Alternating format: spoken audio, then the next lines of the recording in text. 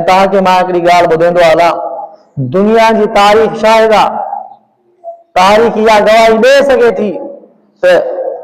हर माण्हू कंहिं न कंहिं माण्हू कहिड़ी भी इबादत कई आहे,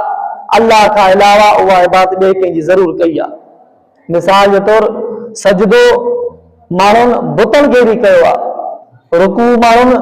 बुतनि खे बि कयो आहे, सदको माण्हुनि बुतनि जे लाइ बि कयो आहे, तवाफ माण्हुनि बुतनि खे बि कयो आहे, हर इबादत गैर अल्लाह खे माण्हू कई आहे, पर रोज़ो हिकु उहा इबादत आहे जेकी अल्लाह खां अलावा बि कंहिंजे लाइ थी बि नथी सघे।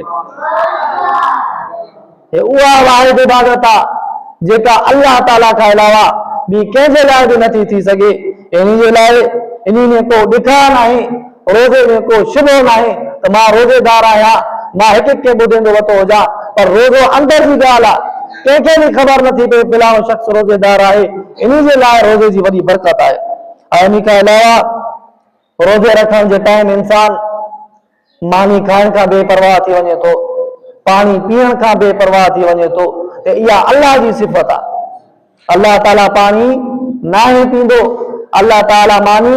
नाहे खाईंदो, पर जॾहिं इंसान मानी खाइण छॾे ॾे थो, जॾहिं इंसान पानी पीअण छॾे ॾे थो, अल्लाह जी उन सिफ़त ते अमल करे थो, अल्लाह तबारक व तआला इन जे लाइ इरशाद फरमायो, मां ख़ुदा ताला क़यामत वारे ॾींहुं रोज़ेदार खे पंहिंजे हथनि सां पाण सवाब अता फरमाए छॾींदुमि।